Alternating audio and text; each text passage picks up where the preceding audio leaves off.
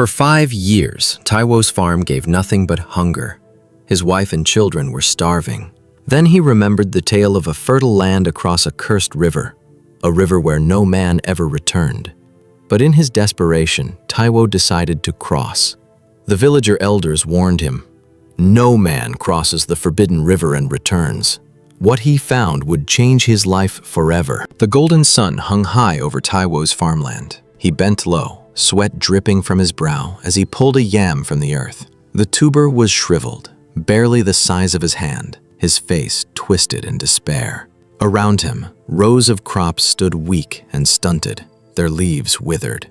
Behind him, his wife balanced a clay pot on her head. She watched silently, her eyes heavy with unspoken worry. At their feet lay a basket with only a few sad harvests inside. Taiwo clenched his fists. This was the 5th year of bad harvests. His children grew thinner each day. His wife tried to hide her fear, but he saw it. He dropped the yam and whispered under his breath, "Why always me? Why must my family suffer like this?" Taiwo sat heavily on a wooden stool, staring at the ground. His thoughts drifted to the old tales the elders always warned about, a fertile land across the forbidden river. There, the soil was said to yield crops every month. The land was green, abundant, overflowing. But the price was fear. The river itself was cursed. Those who dared cross never returned. People disappeared into its waters, swallowed by unseen spirits. He shook his head, remembering the names of brave men who had tried. None came back. His wife set down the pot beside him. "Taiwo," she said, "the children cannot live on hope. We need food." Her words pierced him like a blade. He looked away, ashamed. Inside, desperation built like a storm. That night, the hut was quiet. His wife and children slept soundly on the bamboo mats, but Taiwo lay awake, eyes fixed on the thatched roof. Outside, the palm trees swayed under the whisper of the night wind. His chest rose and fell heavily. "If I do nothing, my family starves. If I cross the river, I may never return." He turned to look at his wife. Her face, calm in sleep, filled him with sorrow. He brushed his hand against her arm and whispered, "Forgive me. Tomorrow, I will take a step no man dares." He closed his eyes, but sleep did not come. His decision weighed heavier than the night itself. The next evening, Taiwo stood at the doorway of his hut. The sun was sinking, painting the sky orange. His wife handed him a small calabash of water. He forced a smile. "I want to take a walk," he said. "Clear my thoughts before night." She nodded, unsuspecting. "Do not stay too long." He kissed her forehead, then turned down the narrow path. The crickets chirped. Shadows lengthened around him. When he reached the riverbank, he froze. Mist rose from the water, curling like pale fingers. The river's surface shimmered under the moon, dark and endless.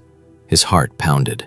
"Either I return with life," he whispered, "or I disappear forever." Taiwo gripped his axe tightly and set to work. He chopped down logs near the bank, sweat beading across his face. The sound of each strike echoed strangely, as though the river itself was listening. Dragging the logs together, he bound them with rope he had hidden earlier. Slowly, he built a crude raft. The night deepened. Owls hooted in the distance. The air grew colder, heavy with unseen eyes. He glanced around, half expecting something to emerge from the shadows. At last, the raft was ready. His hands trembled. He pushed it into the water. For a moment, he stood still, his mind screaming at him to turn back. But hunger drove him forward. He stepped onto the raft. The raft rocked as Taiwo pushed away from the shore. The forbidden river carried him into its dark heart. At first, all was calm. Only the dip of his pole broke the silence. Then came faint splashes, movements in the water. His eyes darted left and right. Something glided beneath him. Shadows moved under the surface. Suddenly, a massive shape slid beneath the raft, long, scaled, shimmering faintly in the moonlight. It looked like a giant fish, bigger than a canoe. Taiwo's throat tightened. He clutched the pole with both hands.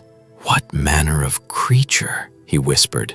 The water rippled violently. From the ripples, a head emerged. Not a fish, but a woman. Her face was strikingly beautiful, framed by long black hair that floated like silk. Emerald eyes glowed faintly.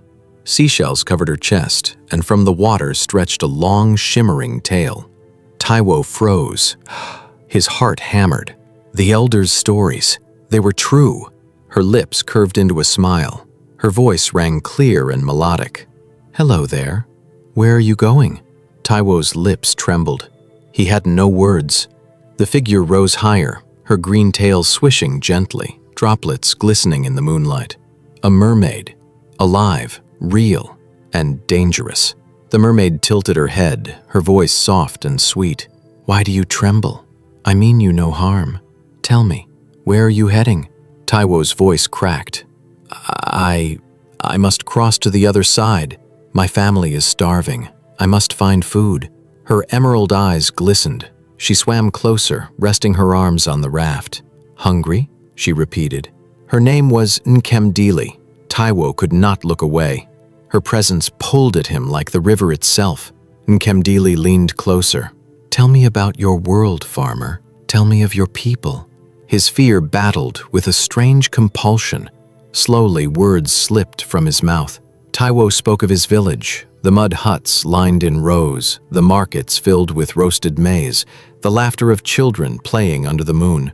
He spoke of hardship, dry lands, empty harvests, the gnawing hunger. Nkemdili's expression softened. She listened with rapt attention.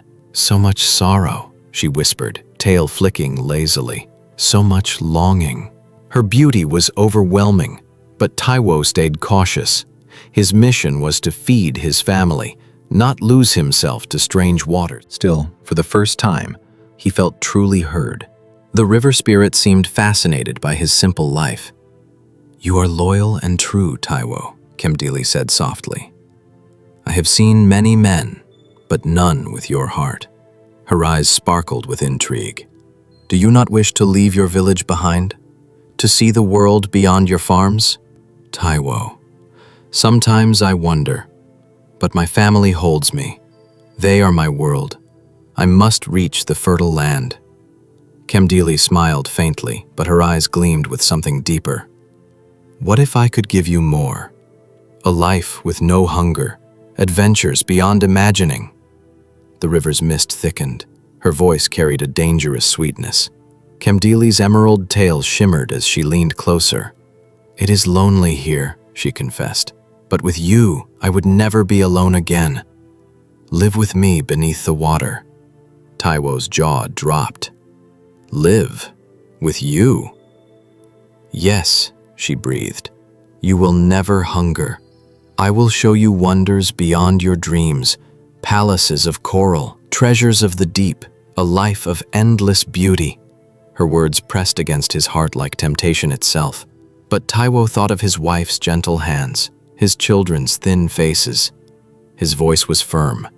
"My family needs me. I cannot leave them." Nkemdili's smile vanished. Her glowing eyes turned hard. The gentle ripples became sharp waves. "I offered you a gracious gift," she hissed. "If you will not come willingly, then you leave me no choice." Her tail lashed violently. A spray of icy water struck Taiwo. His body stiffened instantly. His arms felt like stone. His legs refused to move. He, struggling, but his limbs were heavy. Fear surged in his chest. He tried to paddle the raft, but it barely shifted. Nkemdili's voice dropped low. "You are mine now." The raft pitched violently. Nkemdili lunged forward, her webbed hands gripping his arm with inhuman strength. Taiwo, yanking back, but his numbed body betrayed him. The logs beneath him shifted and cracked. "No, let me go!" he cried, his voice echoing across the river. Nkemdili's face twisted. "I offered you paradise. You refuse me? Then you will serve me forever." The water churned into a storm. Taiwo clawed at the raft, but his grip failed. With one powerful pull, she dragged him into the icy depths. The forbidden river swallowed him whole. Moonlight faded above, shrinking into a faint blur. Taiwo's lungs burned as water filled his throat. He struggled wildly, but Nkemdili's grip was unbreakable. Her hair floated around her face like black smoke. He tried to scream, but only bubbles escaped. The weight of the river crushed him, pressing from all sides. His vision swam with panic. Still, Nkemdili's emerald eyes shone in triumph. Her lips curled into a twisted smile. Down, down she pulled him, deeper than he ever thought possible. At last, the darkness gave way to a strange light. Glowing plants clung to the walls of a vast underwater cavern. Their soft blue light bathed everything in an eerie glow. Nkemdili dragged him onto a flat rock. Miraculously, he coughed and gasped. Somehow, he could breathe. His eyes widened in shock. He pressed his hands to his chest. How was this possible? Nkemdili floated before him, her voice proud. Welcome, Taiwo. This is your new home. Taiwo's heart sank. He was alive, but trapped. Days passed in the cavern. Nkemdili brought him fish and river plants. She sang haunting songs, her voice echoing through the stone walls. But Taiwo gave her little. He sat in silence, eyes cold, refusing to smile. He would not accept her as companion. Still, she tried. She showed him glowing fishes, shells shining like silver, hidden corners of the cavern. Her laughter rang, but his heart stayed closed. At night, he lay awake, staring at the roof. Thoughts of his wife and children kept him alive. He whispered, I must find a way out. Determined, Taiwo began searching the cavern for escape.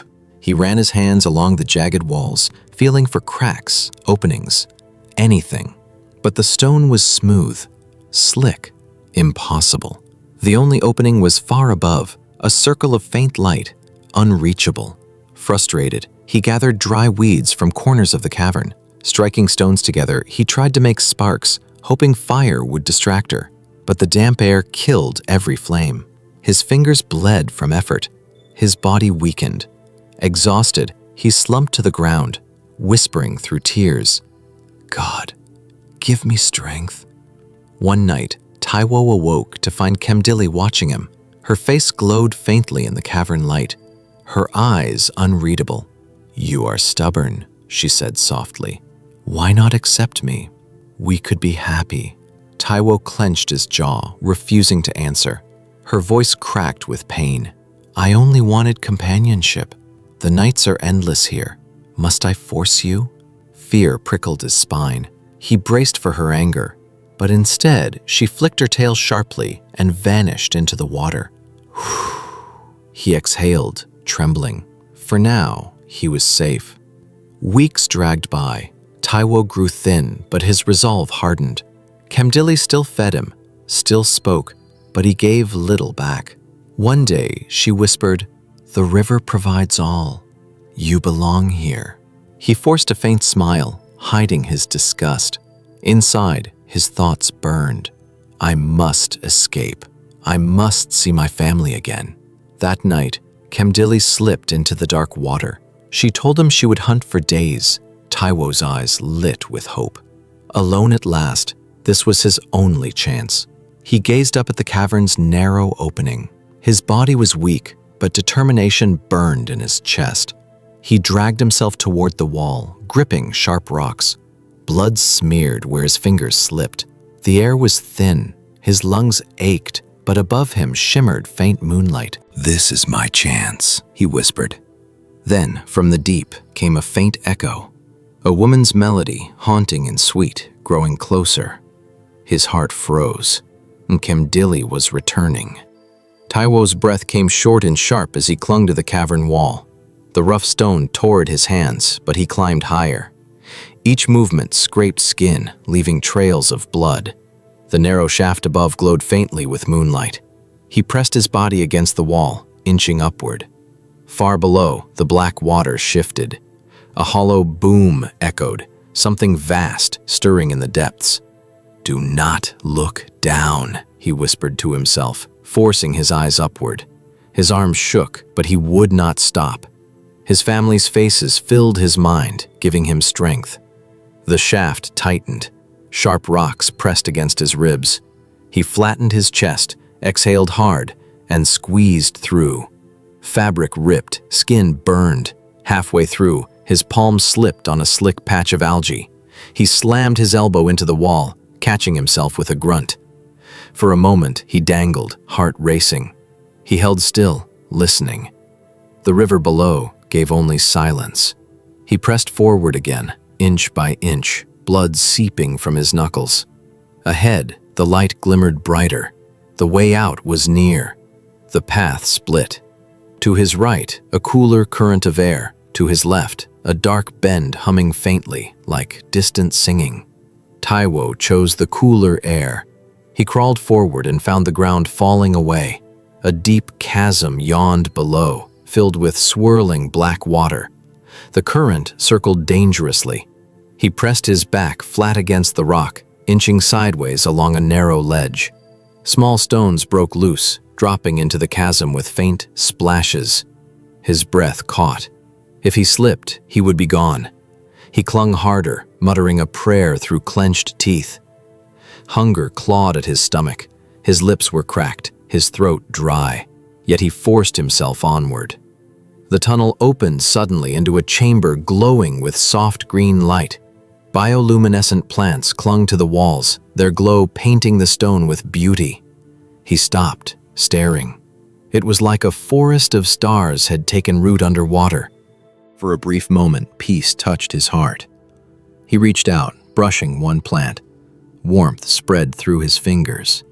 Then he pulled back quickly. "No, I cannot stop," he said firmly. He bound his bleeding hand with a strip of cloth and moved on. Strange sounds filled the cavern, the whisk of scales, the clicking of shells. Shadows shifted in pools along the walls. Taiwo's chest tightened. He could feel eyes on him. A silver fin flashed in the water, then disappeared. More shapes moved, curious. They crept closer, testing the intruder in their world. He raised his hands in peace. "I do not seek to harm you," he whispered. The water stirred, then stilled. The watchers remained, but did not attack. They followed as he crept forward, each step a test of courage. The passage angled upward. A shaft of silvery light filtered from above. But the path was lined with jagged, tooth-like rocks. Taiwo climbed carefully, lungs burning in the thin air. Pebbles rattled loose, clattering down into darkness. He pressed his forehead against the wall, closing his eyes for strength. "Step by step," he murmured.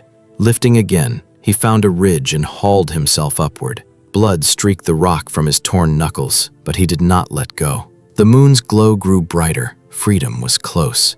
At the top, the tunnel opened into a large pool lit by pale moonlight filtering from cracks above. The water rippled. From it rose a figure unlike any he had seen. A regal woman, crowned with pearls, robed in flowing seaweed, glowing faintly. Her eyes carried wisdom and power. Her presence silenced the cavern.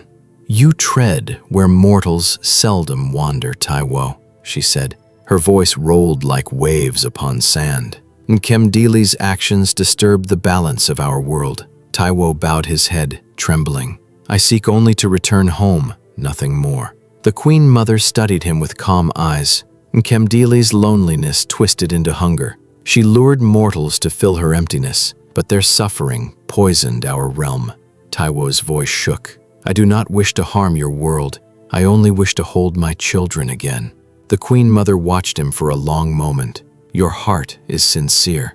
I will grant you passage." She lifted her hands, cupping the water. A soft glow appeared between her palms, forming into a charm of pure light. "Take this. It will let you breathe and move until you reach the surface." The glowing charm drifted toward Taiwo and settled on his chest. Warmth spread through his lungs, filling him with new strength. He inhaled sharply. The air was fresh, his body lighter. "Thank you," he said. "I will not forget this mercy." The Queen Mother nodded.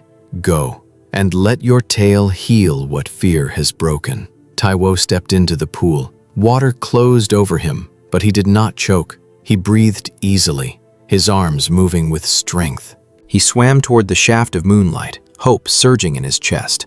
Two massive seahorses appeared in the passage ahead, their scales glittering like polished gems. They circled him, testing. Taiwo froze, palms open. The creatures lowered their heads, sensing the Queen Mother's blessing. One flicked its tail, redirecting a harsh current into a smoother stream. They moved aside, leaving a clear path. Taiwo nodded in gratitude and swam on.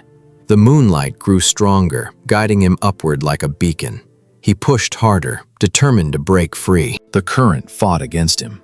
It pressed down like an invisible hand. He kicked, pulled, fought with every muscle. His chest burned, arms ached, but he kept climbing through the water. Finally, his head burst through the surface.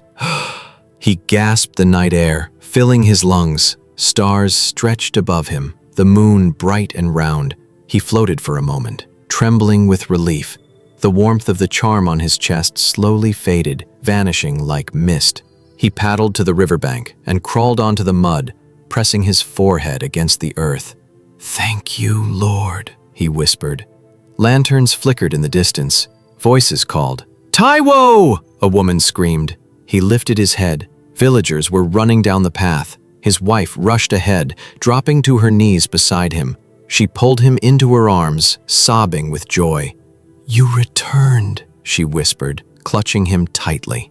The men circled, eyes wide in shock. "He came back," they murmured. "No one ever comes back." An elder stepped forward, voice trembling. "Tell us. What happened in the river?" Taiwo swallowed hard. "You must listen. We are in danger." They carried him to the square and placed him on a stool by the fire. The entire village gathered. Taiwo spoke, his voice heavy. He told them of the cavern, of Nkemdili's beauty and her offer to live beneath the water. He spoke of her loneliness and anger, of her dragging him down. He described the glowing plants, the curious watchers, and the merciful Queen Mother who gave him a charm to escape. His wife held his hand tightly, tears streaming down her face. When he finished, silence fell. The villagers stared, fear etched deep in their faces. The elders exchanged grave looks. One spoke, "The spirit has grown bold." "If she has taken one, she will take more." Another added, "We cannot live under such fear. We must act before the river consumes us all." A ripple of murmurs spread through the crowd. Mothers clutched their children. Men glanced at one another nervously. Taiwo raised his hand. "She is strong and fast. Do not underestimate her." The oldest elder laid a hand on his shoulder. "We will not act blindly. We will prepare. Together, we can end this." The men began gathering weapons, torches, nets, ropes, fishing spears. Each was tested, each knot secured tightly. Women tied bright cloths around their husbands' wrists for courage. Children stood wide-eyed, sensing the gravity of the moment. Taiwo, still weak but determined, spoke. "She will try to frighten us. Do not scatter, stand as one." A hunter pointed to the river path. "We move in pairs, torches high. No man goes alone." The elders led a short prayer. The fire crackled, sending sparks into the night. The company marched to the riverbank. Night pressed down heavy, the mist thick along the water's surface. Torches flickered, their flames small but steady. Nets were rolled and ready, spears gleamed in the firelight. They stopped at the reeds where Taiwo pointed. "Here," he said. "This is where she came to me." The air hung thick with tension. The men spread in formation, half ready to dive, half to guard the ropes. The women stood farther back, whispering prayers. The forbidden river lay still, waiting. Across the water, dozens of logs drifted, forming strange shapes. Taiwo pointed toward a narrow path among them. "That way leads to the cavern below." Divers prepared, gripping torches. Others coiled ropes around thick tree trunks, anchoring them for the fight ahead. "Do not chase her," Taiwo warned. "If she comes, we hold fast." The hunters nodded. Their faces were pale but determined. The first pair of divers stepped into the water, torches high. Flames hissed as they floated above the surface. Others unfurled nets into a wide semicircle, preparing to close at a signal. Spearmen crouched low, ready. The air smelled of mud, and fear. Minutes passed. Nothing stirred. A voice. Maybe she will not come. Taiwo's jaw tightened. She will come. The water suddenly trembled. A piercing shriek split the night, so sharp men covered their ears. The surface erupted. Nkemdili burst forth, hair flying, tail thrashing. Her once beautiful face twisted with rage, her mouth open to reveal rows of jagged teeth. Her eyes blazed as she locked onto Taiwo. "You!" she roared. "You defied me! I offered you eternity, and you spit in my face." The villagers staggered back, terror in their eyes. Nkemdili surged forward. Water exploded in violent waves. "Cast!" the elder shouted. Nets flew, ropes snapping tight around her. For a moment, she was caught, but she thrashed, her strength immense. One net split. A rope snapped. Men shouted, pulling harder. Torches shook in the night air. Nkemdili's wild eyes burned into Taiwo's. "Come closer," she hissed, "and I will drag you into the deep forever." The ropes strained. The battle had begun. The river churned violently. Nets pulled tight as Nkemdili thrashed, her emerald tail slicing through the water like a whip. "Hold fast!" the elder cried. Men gritted their teeth, feet digging into the mud as the ropes strained. Taiwo stepped forward, spear raised. His chest rose and fell, his eyes locked on the mermaid. Her voice, furious and pained, rang out. "You bind me like an animal! I offered you paradise, yet you betray me." The villagers trembled, but none let go. This night was no longer about fear. It was about survival. Nkemdili's strength was terrifying. With a sudden twist, she tore through one net. A rope snapped with a sharp crack, sending two men stumbling backward. "Reinforce!" Taiwo shouted. Another team rushed forward, throwing fresh nets across her shoulders. Spears pressed low, ready to strike if she broke free. Her glowing eyes burned into Taiwo. "Foolish man," she hissed. "I loved you, and this is your answer?" She lunged, jaws wide, toward a young fisherman frozen in terror. Taiwo leapt forward, shoving the boy aside, spear raised high. The mermaid's jagged teeth flashed inches from Taiwo's face. Her hot breath carried the stench of river brine. He steadied his spear, his voice cutting through the night. "Your friendship is bondage. You offer nothing but loneliness and despair." Nkemdili shrieked, her body thrashing with renewed fury. The river foamed and churned, spraying mist into the air. The villagers cried out, some stumbling, others holding the ropes with desperate strength. Taiwo inhaled deeply, his grip firm, and with all his might, he thrust the spear forward. The spear pierced Nkemdili's chest. A guttural scream erupted from her throat, a sound so fierce it echoed across the trees and rattled the ground. Her emerald eyes widened in shock, pain flooding her features. Black blood seeped into the river, staining the water around her. Her tail thrashed wildly, sending waves crashing against the bank. The men tightened the nets, refusing to let her go. "Hold her!" the elder commanded. Taiwo pressed harder, his face grim. The fight had reached its end. Nkemdili's movements slowed. Her voice dropped to a trembling whisper. "I only wanted not to be alone." Her body sagged, her tail falling limp. The once bright glow of her eyes dimmed until nothing remained. The river stilled. For the first time in years, the forbidden river was silent. Cautiously, the men dragged her body to shore. Her shimmering tail, once dazzling, now looked dull and lifeless. They exchanged wary glances.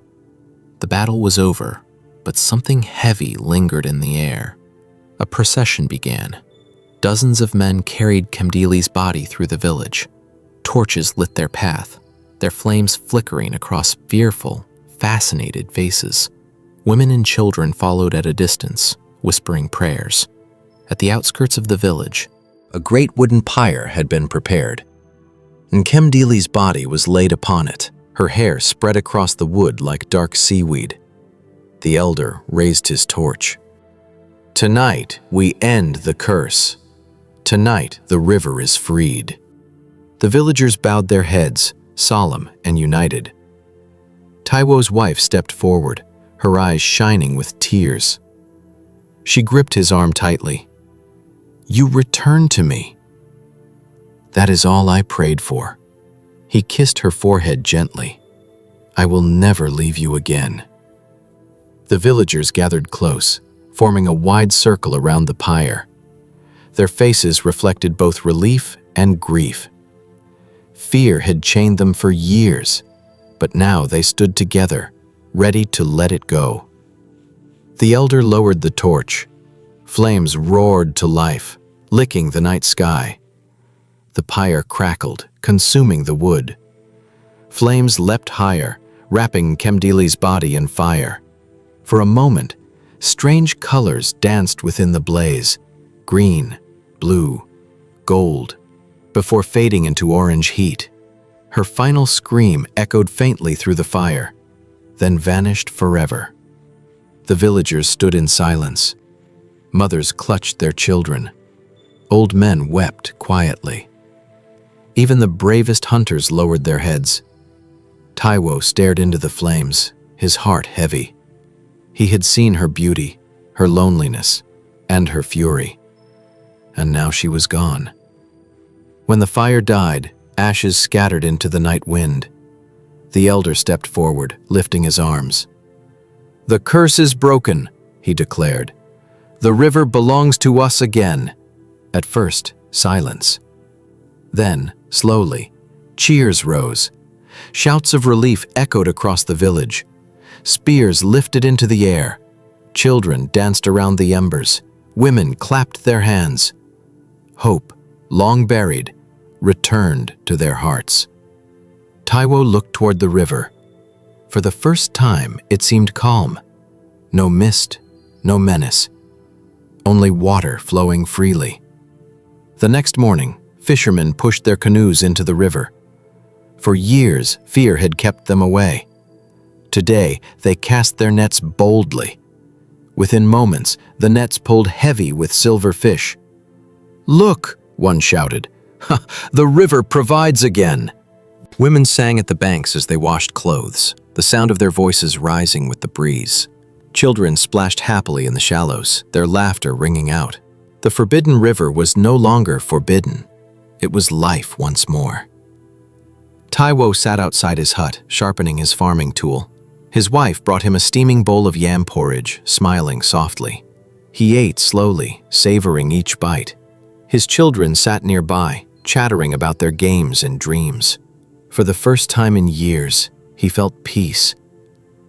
"The land will give again," he said, looking at the sky. "And we will never fear the river." His wife placed her hand over his. "We face the darkness together, and together we will live." He squeezed her hand gently, gratitude shining in his eyes. That evening, the village gathered. A storyteller rose, his voice carrying through the night. "Our brother Taiwo crossed the river of death and returned. He faced the mermaid Nkemdili and lived." Children leaned closer, eyes wide with awe. Young men clenched their fists, inspired. Taiwo shook his head. "I was desperate. I did not win alone. We all stood together." But the villagers disagreed. To them, he was a hero, proof that courage could break even the oldest curse. Days later, travelers arrived from neighboring villages. They had heard the tale. "Is it true?" they asked. "The mermaid is gone? The river is free?" Taiwo nodded humbly. "It is true. But it was not me alone. It was the strength of our people." The travelers spread the story farther. Soon, distant lands spoke of the farmer who crossed the forbidden river and returned. The tale began to live beyond the village itself. Life blossomed again. Farmers tilled their lands with renewed hope. Rain came, soaking the soil. Crops grew strong. The elders reminded everyone, "Fear thrives when we are divided. Together, we are strong." The village thrived, filled with laughter and prosperity. Drop a comment if you loved this story. Please. Hit subscribe and turn on the bell so you never miss the next chapter. And share this story. Let the world hear the legend of the Forbidden River.